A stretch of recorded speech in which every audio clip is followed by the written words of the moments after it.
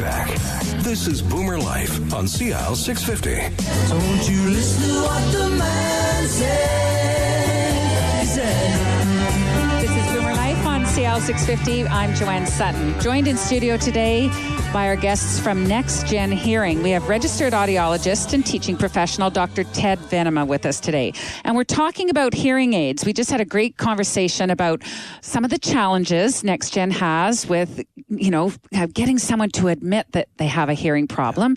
And we talked about over-the-counter products, which are now available in the United States, correct? Yep.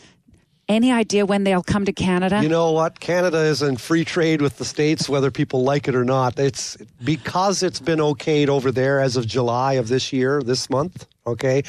It's going to march across the border. Okay, Mark so my words, just a matter of time. It is. So another product that's out there is something called a personal sound amplification product. These are a variety of different things. Yep. What are they? What can you tell us about them? First of all, they're not hearing aids. Okay. Okay, so we'll not confuse them with over-the-counter hearing aids. Okay. That are programmed hearing aids. Always remember, hearing aids are programmed and prescribed, okay, by a licensed professional. And it's going to be a hearing instrument practitioner with a 2-year college diploma or a registered audiologist with a master's degree from UBC. Yes, okay? an official, an expert. It has to be. You have to be a member of the College of Speech and Hearing Health Professionals of BC. Okay. CSHHPBC. Now, there's an acronym for you. There's a good one. Good grunt. Oh, my gosh. Anyway, PSAPs, personal sound amplification products, are not hearing aids. They are intended for people with normal hearing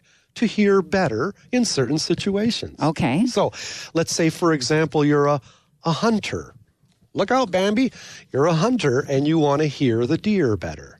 Okay? So you can get a personal PSAP, a personal sound amplification product, to help you hear more magnified, you can hear better in a certain direction. You can hear the footsteps in the forest. Yes, or if you want to hear a lecture from the back of the room.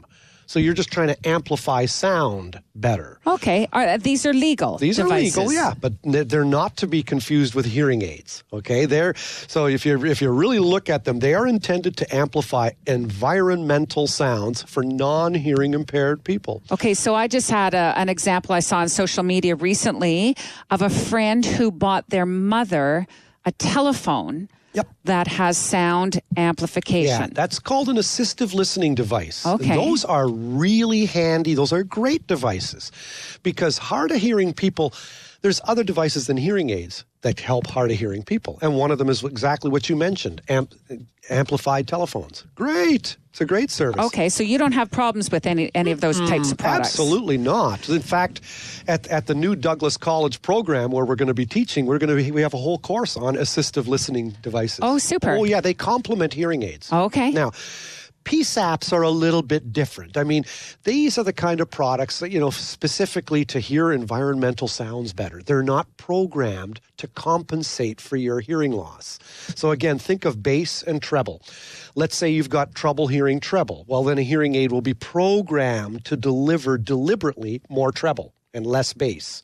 If your hearing loss is in the bass, vice versa. The hearing aid will be turned up more. Personal sound amplification products don't do that. They just bring everything out. They just make it louder.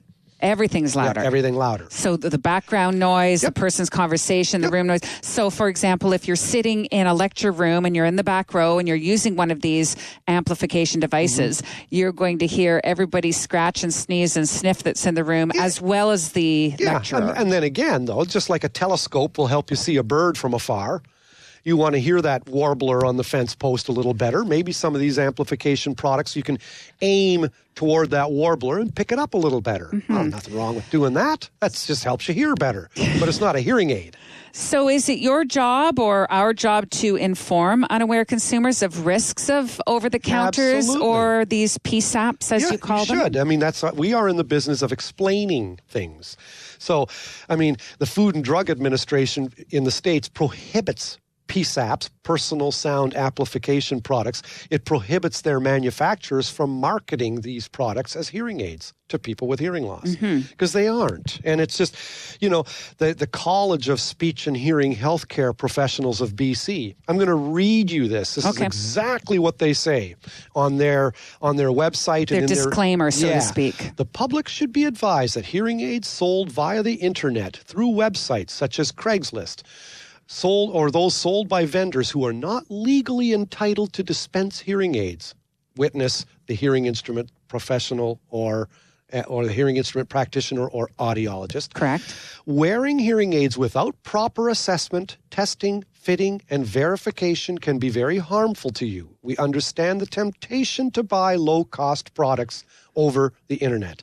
However, because hearing instrument dispensing has been regulated in BC since 1972 because of possible harm caused to the public from inferior products and, most importantly, from unqualified dispensers. They go on to say the College of Speech and Hearing Health Professionals of BC is taking steps to address the growth of sales on the internet. In the interim, we are asking the public to be aware of the harm that can arise from purchasing these products from unqualified people. To ensure if a person is legally qualified to dispense hearing aids, please visit the register and directory. And that's CSHHPBC. Google it up for yourself. There's an acronym for you. I don't think we'll remember it. So the unqualified people that they're referring to in that disclaimer would be just general marketing companies and business companies on the internet. Yeah, I mean, buyer beware. And the qualified people they're talking about are serious professionals. Yes, the two people are either the hearing instrument practitioner or the audiologist who are registered with the college here in BC. How do you feel about these statements? Does NextGen agree with them? I completely agree with it. They're trying to protect the public from harm. And that's exactly what colleges do. They rein their professionals in to act as professionals and stick within their scope of practice and deliver services honestly and ethically. That's great. That's the idea. Thanks for describing and explaining the differences between an over-the-counter product and a PSAP, a personal sound amplification product. There you go. You're listening to Boomer Life on CL 650. I'm Joanne Sutton. Today we're talking about the dramatic effects of hearing loss and some of the solutions that you can find with NextGen Hearing. We're in studio with NextGen's Dr. Ted Venema. He's an audiologist and a teaching professional. And you were telling me that NextGen offers more than just a free hearing test online? Yes, they'll offer consultation directly online, which is free. You can ask questions. So you can just chat back and forth with somebody. Correct. And if you do their online hearing test and you are found to have some hearing loss, feel free to walk into a NextGen clinic and get a personal, more detailed hearing test done in person. And again, free. Sounds great. Nothing better than free. For more information, visit the website, nextgenhearing.com. We've got more hearing solutions coming your way on CL 650. Celebrating the baby boomer lifestyle. This is Boomer Life on CL 650.